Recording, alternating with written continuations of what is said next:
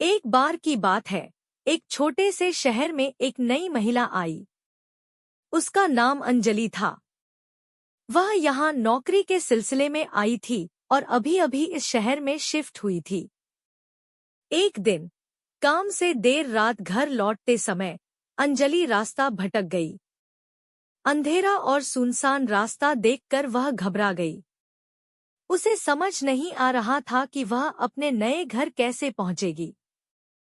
उसी समय एक हल्की सी ठंडी हवा चली और अंजलि ने महसूस किया कि कोई उसके पास खड़ा है। उसने डरते डरते पीछे मुड़कर देखा तो वहां एक सफेद साड़ी पहने महिला खड़ी थी। वह महिला किसी भूत जैसी दिख रही थी, लेकिन उसकी आंखों में दया और मदद की भावना थी। अंजलि ने पहले डर के मारे पीछे हटने की कोशिश की, परंतु उस महिला ने उसे रोका और धीमी आवाज में कहा, डरो मत, मैं तुम्हारी मदद करने आई हूँ। अंजलि ने हिम्मत जुटाकर पूछा, तुम कौन हो? उस महिला ने मुस्कुराते हुए उत्तर दिया, मैं इस शहर की एक पुरानी निवासी हूँ। वर्षों पहले मेरी मृत्यु हो गई थी, लेकिन मैं उन लोगों की मदद करने के लिए यहाँ हूँ जो इस शहर में नए हैं और मुसीबत में हैं। मुझे पता है कि तुम अपने घर का रास्ता भटक गई हो। मैं तुम्हें तुम्हारे घर तक पहुंचाऊंगी।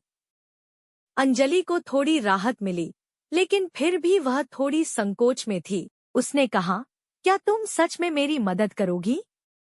भूतनी ने सिर हिलाते हुए कहा, हाँ, चलो मेरे साथ। अंजलि ने भूतनी का हाथ थामा और वह उसे धीरे धीरे उसके घर की ओर ले गई। रास्ते में भूतनी ने सविता को इस शहर के बारे में और यहाँ की अच्छी बातें बताईं। सविता को एहसास हुआ कि यह भूतनी सचमुच बहुत अच्छी है और वह उसकी मदद करना चाहती है। आखिरकार भूतनी ने अंजलि को उसके नए घर के दरवाजे तक पहुंचाया। अंजलि ने भूतनी का धन्यवाद किया और उसके प्रति आभार प्रकट किया। भूतनी ने मुस्कुराते हुए कहा, अब तुम सुरक्षित हो। अगर तुम्हें फिर कभी मेरी जरूरत पड़े तो मैं हमेशा यहाँ हूँ।